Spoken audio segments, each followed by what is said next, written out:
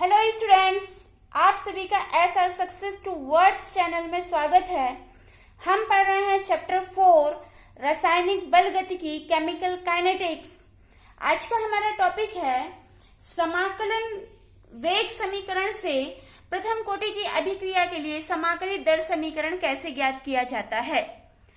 तो आज के टॉपिक को अच्छी तरीके से समझने के लिए आप मैं सीमा मैम के साथ वीडियो के अंत तक के बने रहिए और इसके पिछले वीडियो जो समाकलित वेग समीकरण से शून्य कोटि की अभिक्रिया के लिए समाकलित दर समीकरण ज्ञात करना, यदि आपने नहीं देखी है तो डिस्क्रिप्शन में इसकी लिंक दी गई है, आप सभी वहां से वीडियो देख सकते हैं।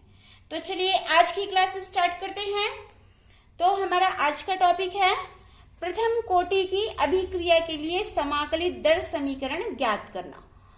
तो ये क्वेश्चन एग्जाम के दृष्टिकोण से इंपॉर्टेंट है, तो इसको हम अच्छी तरीके से समझेंगे।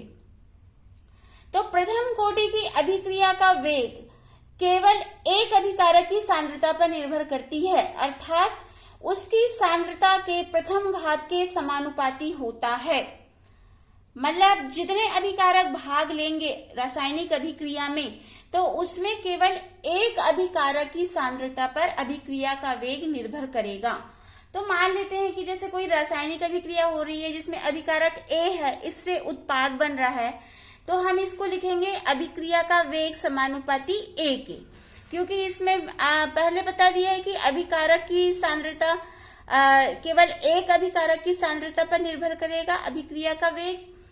तो दूसरे रासायनिक अभिक्रिया से देखते हैं, 2A अभिकारक से बन रहा है उत्पाद, तो अभिक्रिया का वेग समानुपाती A।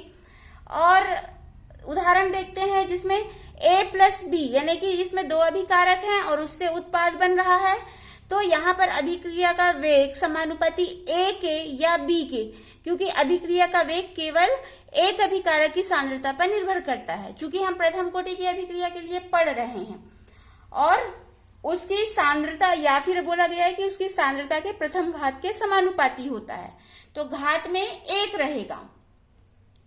तो मान लेते हैं कि कोई अभिकारक A है, उससे उत्पाद बन रहा है। तो जो अभिकारक A है, इसका प्रारंभिक सांद्रण 1 ग्राम अणु प्रति लीटर है।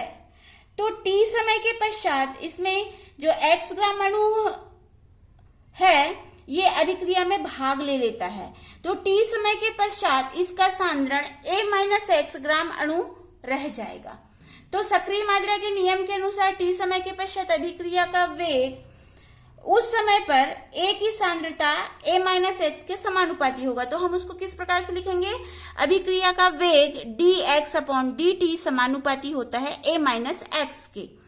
तो हम समानुपाती का साइन हटाने के लिए हम एक स्थिरांक लेते हैं, तो लिखेंगे dx/dt equal to k A-X। अब हम जो A-X है उसको इस तरफ ले आते हैं और dt को k से इंटू करेंगे, तो क्या हो जाएगा dx/A-X equal to k into dt। अब ये जो हमको समीकरण मिला है, समीकरण 3, इसको हम इसका समाकलन करने पर इसको समाकलित करेंगे तो क्या होगा, समाकलन का साइन लगाएंगे लेफ्ट हैंड साइड पर और राइट हैंड साइड पर। तो राइट हैंड साइड पर हमको समाकलन करने से मिलता है kt प्लस i एक यहाँ पर समाकलन स्थिरांक है, और लेफ्ट हैंड साइड का समाकलन जो समाकलन dx/A-X करते हैं तो हमको मिलता है minus in A-X equal to kt plus i। इस प्रकार से हमको समीकरण 5 प्राप्त होता है। तो इसमें i का मान ज्ञात करने के लिए यदि हम t इक्वल टू 0 मतलब समय शून्य हो और तो x इक्वल टू 0 होगा, तो यहाँ पर माइनस, यहाँ जो समीकरण 5 है इसमें वैल्यू रखेंगे तो क्या लिखेंगे, माइनस इन A-0, x की जगह हम 0 रख दिए और k इंटू टी के स्थान पर 0 रखेंगे तो 0 प्लस i। तो इसको सॉल्व करेंगे, इसको माइनस करेंगे, इसको इंटू करेंगे तो हमें मिलेगा minus in A equal to i। तो ये समीकरण 6 मिल गया। ये समीकरण 6 में हमको i का मान मिला है, तो इस i के मान को हम समीकरण 5 में रख देते हैं। तो हमको क्या समीकरण मिलेगा, हम इस आई के जो ये आई लिखा हुआ है यहाँ पर हम इस मान को यहाँ पर रख देंगे, तो हमको मिलेगा minus in E A minus x equal to के T plus minus in E A. यहाँ प्लस माइनस साइन को सॉल्व करेंगे तो हमको प्राप्त होगा minus in E A minus x equal to के टी माइनस इन ई ए।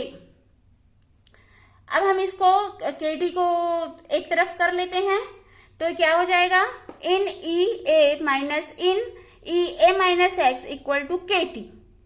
और हम इस समीकरण को हम और किस प्रकार लिख सकते हैं, in E A upon A minus x equal to के टी। तो हमें यहाँ पर दर स्थिरांक ज्ञात करना है, समाकलित दर समीकरण। तो यहाँ पर k की वैल्यू निकालनी है, तो k equal to 1 upon T in E A upon A minus X इस प्रकार से लिखेंगे। तो इसका जो लघुगणक का आधार ई से यदि उसको tan में परिवर्तित किया जाता है तो जो समीकरण है इसको हम किस प्रकार लिखेंगे, k equal to 2.303 upon T log a upon A minus X, क्योंकि यहाँ पर इन x इक्वल टू होता है 2.303 लॉग 10x। तो इस तरीके से जो समीकरण 7 है ये प्रथम कोटि अभिक्रिया के दर स्थिरांक का समीकरण है। तो यहाँ पर हम इस समीकरण को, जो समीकरण 7 है, उसको हम और किस प्रकार लिख सकते हैं, यदि हम 2.303 को इधर k के अपॉन में ले आएंगे तो लिखेंगे k upon 2.303 equal to 1 by T log 1 upon a upon a minus X. इस प्रकार से हम इसको प्रदर्शित करेंगे। तो इस तरीके से हमने देखा कि समाकलित दर समीकरण जो प्रथम कोटि की अभिक्रिया के लिए किस प्रकार से समाकलन करके ज्ञात किया जाता है। आगे देखते हैं प्रथम कोटि अभिक्रिया के अभिलाक्षणिक गुण। तो इसमें इसके 4 गुण हैं। फर्स्ट है वेग स्थिरांक की इकाई। सेकंड, सांद्रता को दर्शाने वाली इकाई को परिवर्तित करने से वेग स्थिरांक का मान अपरिवर्तित रहता है। थर्ड है ग्राफी निरूपण और फोर्थ है अर्ध आयुकाल। तो हम चारों को एक एक करके देखते हैं। तो फर्स्ट देखते हैं वेग स्थिरांक की इकाई। तो वेग स्थिरांक की इकाई हमने समीकरण 7 निकाले हैं। समीकरण 7 से हमको मिला है k equal to 2.303 upon T log a upon a minus X. चूंकि यहाँ पर a और a माइनस एक्स ये दोनों जो है सांद्रता पद है, तो सांद्रता होने के कारण इसमें हम यहाँ पर सांद्रता लेते हैं, a के लिए भी सांद्रता और a माइनस एक्स के लिए भी सांद्रता लेते हैं। तो दोनों इकाई जो है आपस में निरस्त हो जाएगी, कट जाएगी। तो यहाँ पर हमारे पास क्या बचेगा, समय इनवर्स। तो k की जो इकाई है यानी वेग स्थिरांक या दर स्थिरांक की इकाई प्रथम कोटि की अभिक्रिया के लिए मिलता है समय इनवर्स। या हम समय को सेकंड में चेंज करेंगे तो हम लिख सकते हैं सेकंड इनवर्स। यदि मिनट में लेते हैं तो मिनट इनवर्स, और घंटे में लेते हैं तो आवर इनवर्स। इस प्रकार से इसको अलग अलग जिस प्रकार की हम इकाई लेते हैं उस प्रकार से हम इसको व्यक्त कर सकते हैं। तो समय इनवर्स या सेकंड इनवर्स या मिनट इनवर्स या आवर इनवर्स प्रथम कोटि की अभिक्रिया के लिए वेग स्थिरांक की इकाई या फिर दर स्थिरांक की इकाई होगी। सेकंड पॉइंट है सांद्रता को दर्शाने वाली इकाई को परिवर्तित करने से वेग स्थिरांक का मान अपरिवर्तित रहता है। यानी कि जो हमको ये समीकरण मिला है k equal to 2.303 upon T log a upon a minus X. तो मान लेते हैं कि जो ये हमको जो समीकरण मिला है मतलब तो उसमें m गुना यदि जो इकाई मिली है वह m गुना अधिक है। तो m गुना होने से हम उसको क्या लिख देंगे, k equal to 2.303 upon T log m गुना बोल रहे हैं तो m से इसको इंटू करेंगे तो m a upon m a minus X. तो यहाँ पर इसको सॉल्व करेंगे तो m और m कैंसिल हो जाएगा। तो यहाँ पर हमको जैसा पुराना समीकरण मिला था वैसे ही मिलेगा। तो इसलिए कहा जा रहा है कि सांद्रता को दर्शाने वाली इकाई को परिवर्तित करने से, हमने इसको परिवर्तित किया m गुना अधिक, तो m गुना से भी परिवर्तित कर दिया, लेकिन वो दोनों कैंसिल हो जाने के कारण वेग स्थिरांक का मान अपरिवर्तित रहा। नेक्स्ट है ग्राफी निरूपण। ग्राफीय निरूपण में जो हमको समीकरण मिला है, समीकरण जो 7 मिला है, ये k equal to 2.303 upon T log a upon a minus X. इसको हम और कैसे लिख सकते हैं, t को k से इंटू करके और 2.303 को k के अपॉन में लाने से k t upon 2.303 equal to log a minus log a minus X. इस प्रकार से इसको लिख सकते हैं।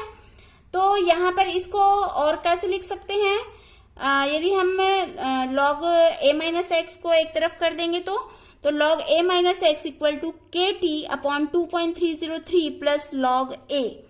तो यहाँ पर हमको जैसे मान लीजिए कि हम इसको समय और log 10 a माइनस एक्स के बीच में यदि ग्राफ खींचते हैं तो हमको एक सीधी रेखा प्राप्त होती है जिसका स्लोप माइनस के अपॉन 2.303 मिलता है। और ग्राफ से इस ढाल का मान को ज्ञात करके हम वेग स्थिरांक की गणना कर सकते हैं। इसी प्रकार से यदि मान लीजिए कि log 10 a upon a minus x और समय के बीच में ग्राफ खींचा जाता है तो मूल बिंदु से होकर जाती हुई एक सीधी रेखा मिलती है जिसके स्लोप k अपॉन 2.303 होता है, जो हमको समीकरण log a upon a minus x equal to के टी अपॉन 2.303 से स्पष्ट होता है। तो यहाँ पर ये प्रथम कोटि की अभिक्रिया के लिए समय और log 10 a माइनस एक्स और समय log 10 a upon a minus x के बीच में ग्राफ से इसको स्पष्ट किया गया है। नेक्स्ट पॉइंट है अर्ध आयु काल। तो जो अर्ध आयु काल होती है, ये क्या होता है, किसी भी अभिक्रिया का अर्ध आयु काल वह समय है जिसमें किसी अभिकारक का सांद्रण घटकर अपने प्रारंभिक सांद्रण का आधा रह जाता है। तो जो प्रथम कोटि की अभिक्रिया का अर्ध आयु काल है, ये अभिकारक की प्रारंभिक सांद्रता पर निर्भर नहीं करता है। तो हम प्रथम कोटि की अभिक्रिया के लिए अर्ध आयु काल निकालते हैं T half equal to 0.693 upon K. इसको कैसे ज्ञात करेंगे, इसके लिए हम अगले वीडियो में देखेंगे कि प्रथम कोटि की अभिक्रिया का अर्ध आयु काल की गणना कैसे करते हैं। तो आपको वीडियो समझ में आया होगा तो लाइक कीजिए, शेयर कीजिए और यदि आप फर्स्ट टाइम मेरे चैनल को वॉच कर रहे हैं तो सब्सक्राइब कीजिए और बेल आइकन को दबाइए ताकि वीडियो की नोटिफिकेशन सबसे पहले आपको मिले। Thanks for watching this video.